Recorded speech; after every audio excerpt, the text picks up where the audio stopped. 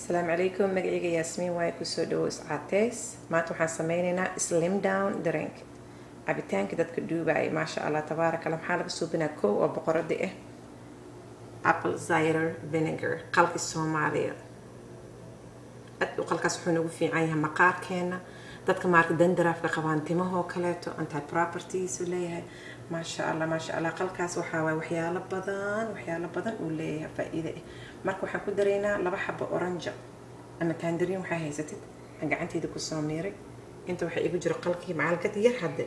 iyo waxaan ku dareynaa biyo intana waxaan ku dareynaa malab ma sha Allah immune system ku kor soo qaada difaaciyaasha kor soo qaadayaan malabkaas iyo oranjada hadii vinegar lagu sii darana waaba kaasaabo inta marka maxaa ka qaadanaynaa waxyaar jeda food macalkad leeyahay malabka in oo acidka lagu daro xooga ka yareeyo leh ahaanteeda waxaan ku qaseynaa oranjadan soo miira gacanteeda qalki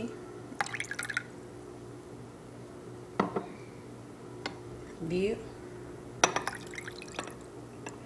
dadka qaarkood qalka wuu dhibayaa marka waxaan rabaa in aan si fiican ugu qaso dhadhanka oo lagu qarinayaa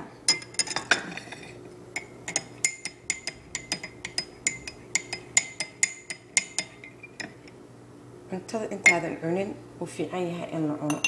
cuntada intaan la cunin maxaa ka wadaa intaadan taqaanaa suxuurinin oo kaleeto ama quraacanin oo kaleeto in la cabo hal koob saas u yar ama marka afurtoo kaleeto ama habeenkii intaada casheynin marka quraacii qadii cashe intaadan cunin maaragtay 20 daqiiqo ka hor hadaa cabto ma sha Allah faa'iidadiisa la helayo waa slim down drink فضلا سبسكرايب هذا نوع عصبت هذا فاميلي جلس على كم تاج عقمت كود عندك قاعدنا عيان فمس أبسي سوق قرطاك وكذا. السلام عليكم.